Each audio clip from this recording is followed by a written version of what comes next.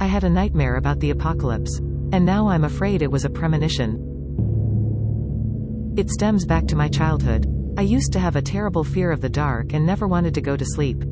From there, I developed insomnia. With time, the fear disappeared. But the insomnia stayed. It became a problem without a solution up until my early teens. That's when I was introduced to lucid dreaming. My older sister was obsessed with it. She also claimed to be able to dream share, which meant that at night, her and her best friend could fall asleep in their own beds in their own rooms, separate themselves from their bodies, and meet up in a completely open dream space where creativity was endless. I always thought they were full of it, but the lucid dreaming part fascinated me. So I started teaching myself how to do it. The problem was, it rests on the ability to have consistent sleep hygiene and stable REM. Neither of which I had. Since my sleep patterns were chaotic, I would lay in bed for hours with my eyes closed, focused on my breathing. I'd visualize myself sitting up in bed, then standing, then sliding on pants and a hoodie, walking to the door, exiting into the hall. I focused on every detail, recreating my room and hallway, then the staircase down, then the first floor, then the entire house. Soon, I started adding in my family, peppering them through our home. Small interactions with mom and dad and my sister Gemma were sprinkled throughout. Then I realized I wasn't visualizing anymore. I was finally asleep, and I was lucid dreaming. While under, I started going outside my house, adding more details around me and the world. My friends and neighbors were built into it. The world expanded, growing on its own and creating separate systems of events. I had interactions with people I'd created and people who I'd never seen. Full conversations about the weather and sports and life. I filled their words in at first, but they took on lives of their own fueled by my projections and manifestations of their individual consciousness. Then something strange happened. I started to see the people from my dreams, the ones I hadn't created or seen before, out in the real world when I was awake. They were real people, with real lives. And they acted the same as they did in my dream world. I was having similar conversations with the same people in both real life and in my dreams. The words spoken weren't exactly the same. Sometimes the content veered off. But whoever I would be speaking to would mirror whatever my projection of their dream self was to varying degrees. The first few times it happened, I dismissed it as a coincidence, then as an extraordinary coincidence. I didn't want to admit that I was losing control of the lucidity of my dreams. The oddities continued. I saw a car accident in one of the dreams. I hadn't created it, it just happened. My sister was killed in the crash. It was horrible and felt all too real. I woke up and cried and begged for her to never ride in a car again. A week later, my cousin was in a car accident that killed the driver. 1 week I had a dream about my mom going blind. 2 weeks later, doctors found cancer in my grandmother's lungs. Another week I had a dream about our cat dying. A few days passed and our neighbor's dog died. And it kept happening like that. I couldn't tell if I was causing these warped events or simply witnessing them early as they rippled outwards in chaotic ways. Because they weren't the same, I couldn't predict who or where they would happen next. I'd only have a vague direction, a hazy hint. The line between my conscious and subconscious was blurring. I made the decision to stop lucid dreaming. I decided to go in one last time and create as much joy and love as possible. To project all the good I hoped to see in the world, finally coming to fruition. But when the dream started and I sat up in bed, I felt a strange tingling across my body. An electrical frequency needled against my skin like a static shock blanket.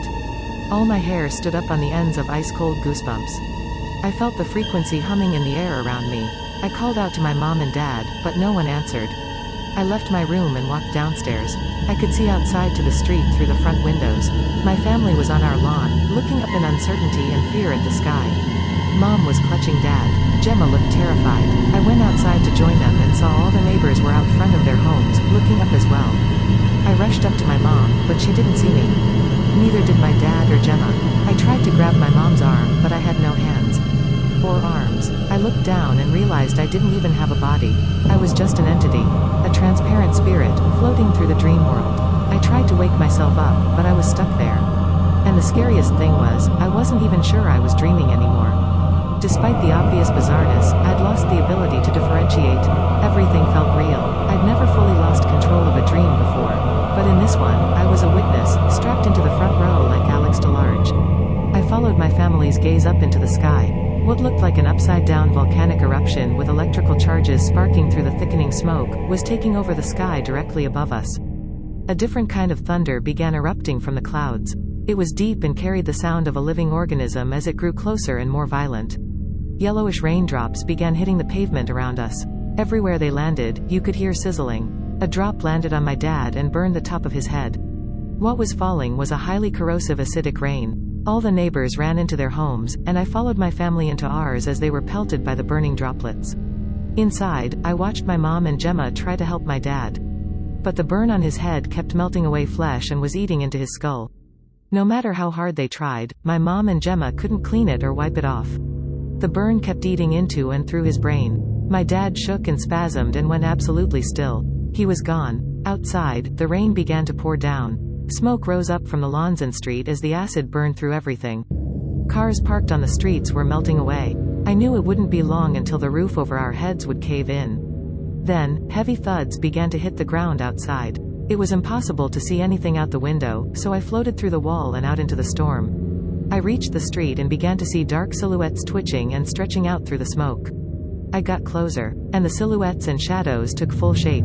They were horrible creatures. The size of cars, they had tentacles sprouting from their mouths which gave the impression of a much larger dimension. Ugly, shrill sounds were emitting from the monstrosities. The acid rain didn't affect the creatures. They were slicked with it.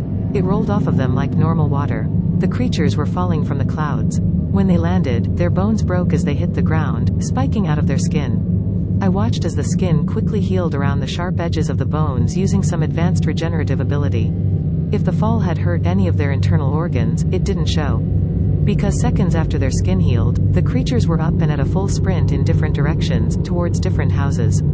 They had such immediate intent, it was obvious they had a robust sensory receptor that locked onto any nearby humans and fueled a powerful prey drive. I saw one of them run towards my house and I quickly followed it. The beast exploded through the front windows, trashing the empty living room. The creature tore into the floor and pulled it apart. It found my parents and Gemma hiding in the basement. I couldn't stop it. I couldn't do anything but watch. The hideous creature spread its tentacles, revealing rows of jagged, scalpel-sharp teeth, and devoured my family. Then the monster ran off to consume more people. I didn't know what to do. For an hour I floated through the growing wasteland. I watched houses, buildings and forests burn down to nothing from the acid rain as the creatures ripped through basements, seeking out any survivors. There was no stopping them. In the distance, I heard a loud rumble. Like an impossibly large explosion. Then another. And another. A fourth one brought my attention to the right, where I saw a row of military planes miles away flying in the opposite direction of an intensely growing mushroom cloud. Massive, fiery shockwaves were obliterating everything they touched, including the creatures. I realized the government was nuking the entire area. From every direction, I was surrounded by the explosions rushing in. As they reached me, I thought I was going to die. I thought that was it. Despite the insanity of what was happening, I thought it was all real. Then the explosive inferno hit me and I woke up in bed. I knew I was awake and actually in my real bed because I'd pissed myself and sweat through the sheets. I'd never been so happy to wake up. I told myself I'd never sleep again. And if I did, I'd never dream again. But the thing is, since I woke up, I've been getting these strange feelings. Like electrical currents riding up and down my skin like a static shock blanket. Causing all my hair to stand up on the ends of ice-cold goosebumps. I'm not sure what to do now. Everyone is going to think I'm crazy if I say anything. I guess I'll just have to live with my new sleep reality.